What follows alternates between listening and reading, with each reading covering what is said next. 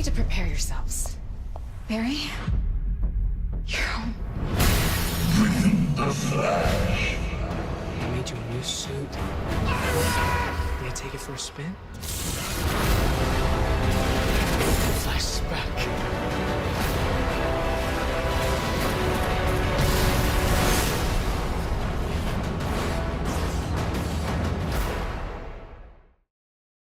Hey everybody, the Flash is back. I love the way that Cisco says that, like he's so excited, and Barry's just like, new phone, who dis? He has no idea what's going on. Like he comes out with the beard, so it just lets you know that he's been in the Speed Force for a long time. But because it exists beyond space-time, for him it's been several lifetimes. I think I posted a video a while ago after Comic-Con where Grant Gustin was explaining that. So let's dive into this. There's a couple Easter eggs that you may have spotted and a couple that you may have missed. There's a really important one that's a nod to something that happened from Agents of S.H.I.E.L.D. in the Marvelverse 2, where Coulson came back from the dead and he had this weird language in his head that nobody could understand, and it turns out it was Kree writing. So when you see Barry here with the lightning eyes, I mean, it just looks super badass, like he's that much more powerful, full of Speed Force. But with the other hand, he's drawing on the blackboard all these weird scientific symbols.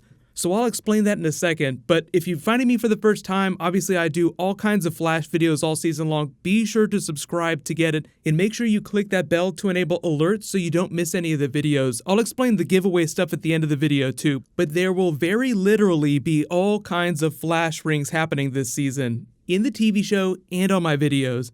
So biggest thing first, the villain of the first episode is the Samuroids. You may remember from the comics, I talked about him in a video earlier this season when we saw him in the Season 4 Comic-Con trailer. So that part isn't very new. It's just the timeline of events, because we see Barry come back, the whole team comes to check him out. This seems like it happens relatively early in the episode. You look in the back there too, there's Caitlin that looks like Caitlin. There's no Killer Frost to be found. But we know in recent episodes they've been filming that she's full-blown Killer Frost again.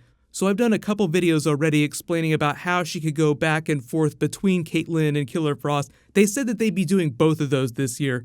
But Beard Barry looks like he just has no idea what's going on, and then just automatically starts going crazy all over Star Labs, starts writing down these weird symbols on the blackboard. They said that when he comes out of the Speed Force, he'll have all this accumulated knowledge, but won't know how to make sense of it. What does that sound like? If you've been watching any of my Game of Thrones videos this season, that's exactly what happened to Bran Stark. He has all this information, he's like the internet, and he needs someone like Cisco to be the Google search bar to help him search through all that information that's inside of his head. So we might learn some crazy new mythology about the Speed Force this season. It seems like that's what they're implying, because Grant Gustin said that Barry's learned all these secrets, but doesn't understand them when he comes out.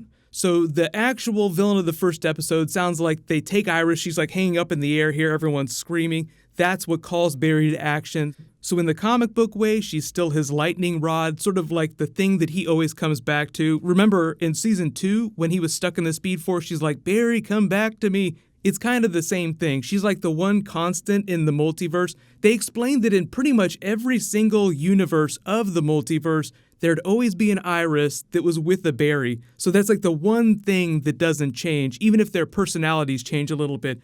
I can only read the top half of Cisco's shirt here, but I'm sure it's another funny Easter egg we'll see in another trailer.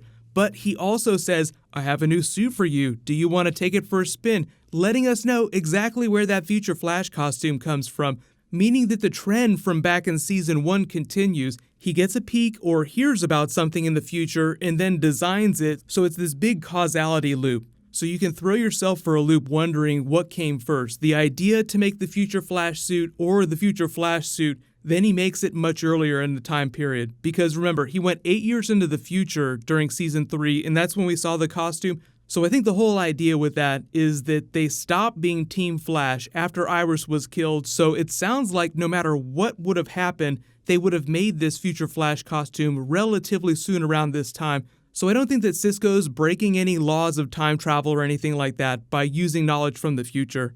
But that aside, now that we know sort of the timeline of the episode, we can probably assume that this happens very early. And I'll say, I'm not surprised that Grant Gustin is big in the episode, but he did make it sound like he was only going to show up at the end. The Speed Force, this time we're not going to necessarily see Barry's experience in the Speed Force. We'll see kind of the effects that the Speed Force has had on Barry.